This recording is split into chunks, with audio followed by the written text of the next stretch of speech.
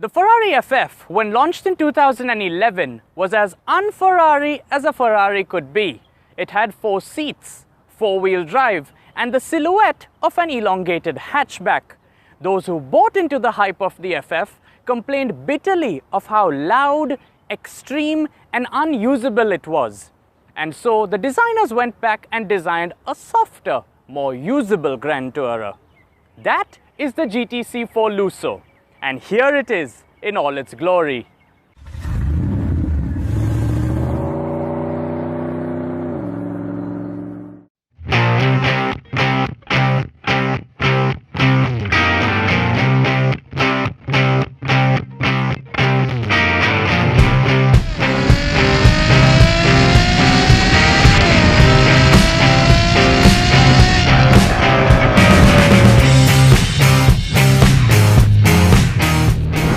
Now I agree that black isn't the best color to have your GTC4 Lusso in. Perhaps the traditional red, yellow, or even white would help its lines and curves stand out. But it is the subtlety of this color that adds to its desirability.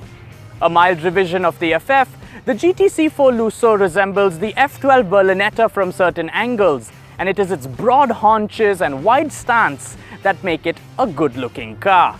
A very good-looking car.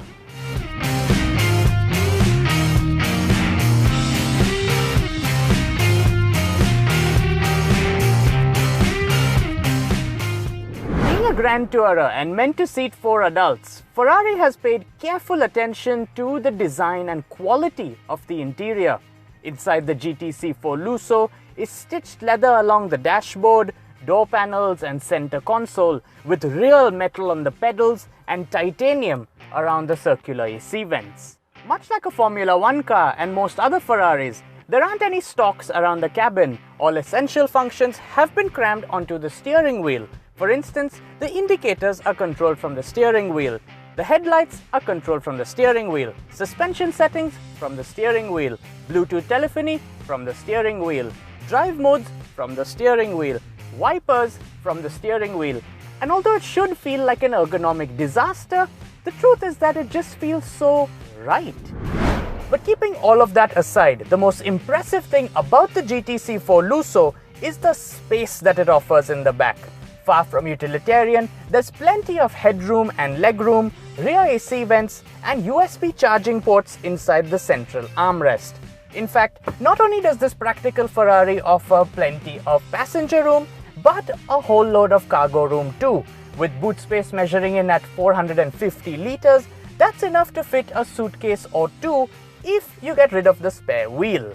To keep front seat passengers entertained, there's an 8.8-inch touchscreen that acts as an extension of the instrument cluster display, allowing them to view speed, rev and gear information, while also allowing them access to the sat-nav and entertainment system. The most interesting feature, however, is at the back of the car, where on a plaque hidden in the boot, Ferrari writes down the options fitted on each and every car. This small little detail reminds drivers that they aren't just driving any Ferrari, but their Ferrari.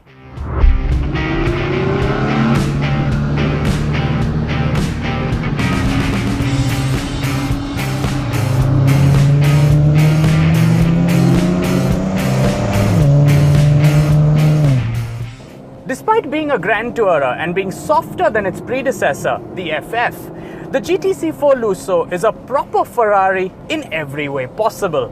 Hidden beneath its long hood is a 6.3-litre naturally aspirated V12 engine that pushes 680 horsepower and 697 Newton meters of torque to all 4 corners.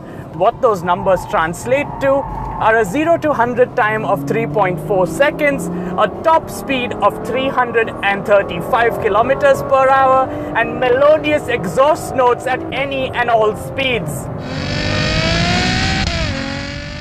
Keeping numbers aside, however, the GTC4 Lusso is an experience that is heightened by a quick shifting 7-speed dual-clutch transmission and rear-wheel steering. Turning the wheels in the same direction as the front wheels at low speeds and in the opposite direction at high speeds, it offers better stability and greatly reduces understeer when taking bends at high speeds.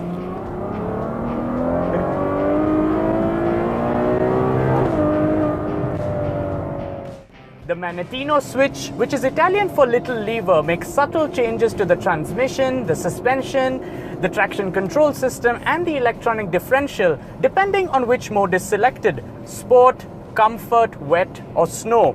What's surprising is just how fast the GTC4 Lusso changes personalities. It can go from loud and obnoxious to quiet and comfortable in the simple flick of a switch.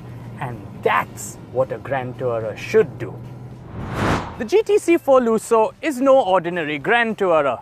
It's the Ferrari of Grand Tourers. And at a starting price of 1,225,000 dirhams, it's expensive. But it's also the embodiment of automotive perfection. A quick note to all other Grand Tourers then, the benchmark has been raised. Thanks for watching.